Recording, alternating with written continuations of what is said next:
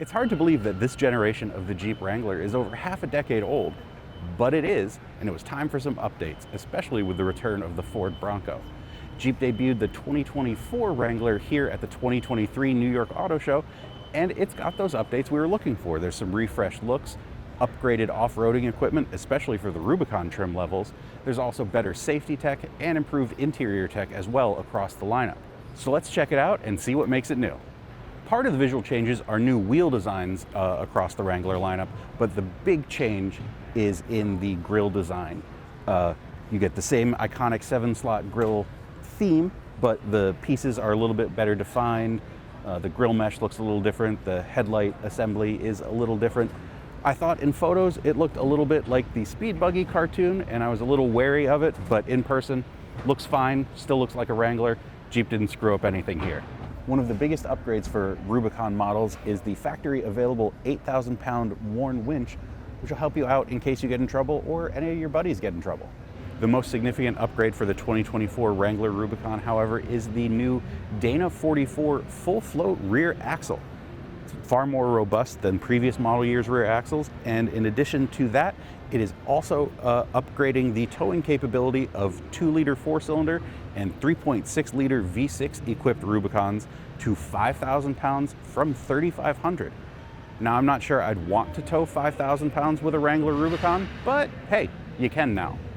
There's also a new in-between Rubicon trim. It's right over there. It's the Rubicon X. It makes the Extreme 35 package, which is basically Jeep's answer to the Bronco Sasquatch package, standard on the Rubicon. That adds 35-inch tires and beadlock-capable wheels.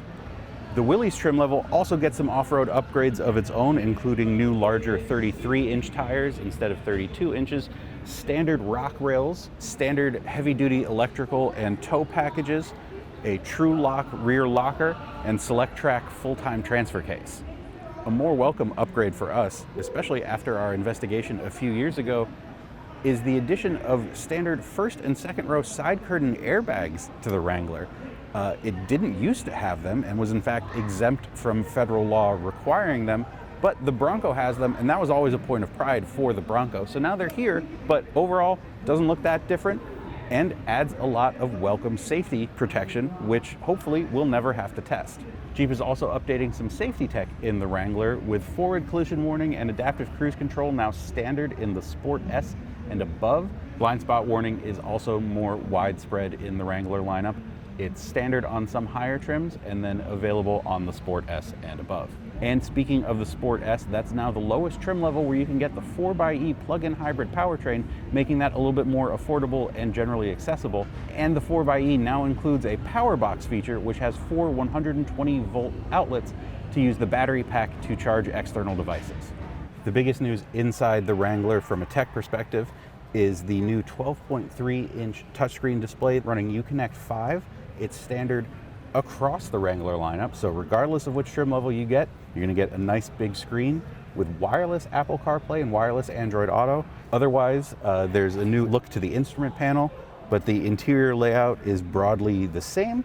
Still get your window controls here, just in case you remove the doors. This is a high altitude model, which adds some nicer materials, extra sound deadening, things like that. That would matter more if the roof were closed and the windows were up, but it's nice to have. But overall, feels a lot like a Wrangler interior always has. I always feel a little bit cramped in a Wrangler. It just feels very narrow. But again, overall, good updates. Jeep didn't screw this part up either. You still get the same powertrain choices with the 2024 Wrangler. So that means a 2-liter 4-cylinder engine, a 3.6-liter V6, the plug-in hybrid 4xe powertrain, or the gigantic 6.4-liter V8 in the Rubicon 392. With the 2-liter and the 3.6, you can get a 6-speed manual or an 8-speed automatic, but if you get the 4xe or the Rubicon 392, it's 8-speed auto only. Overall, the upgrades to the 2024 Jeep Wrangler are very welcome. The segment now has some competition, and Jeep needed to step their game up, and it looks like they did.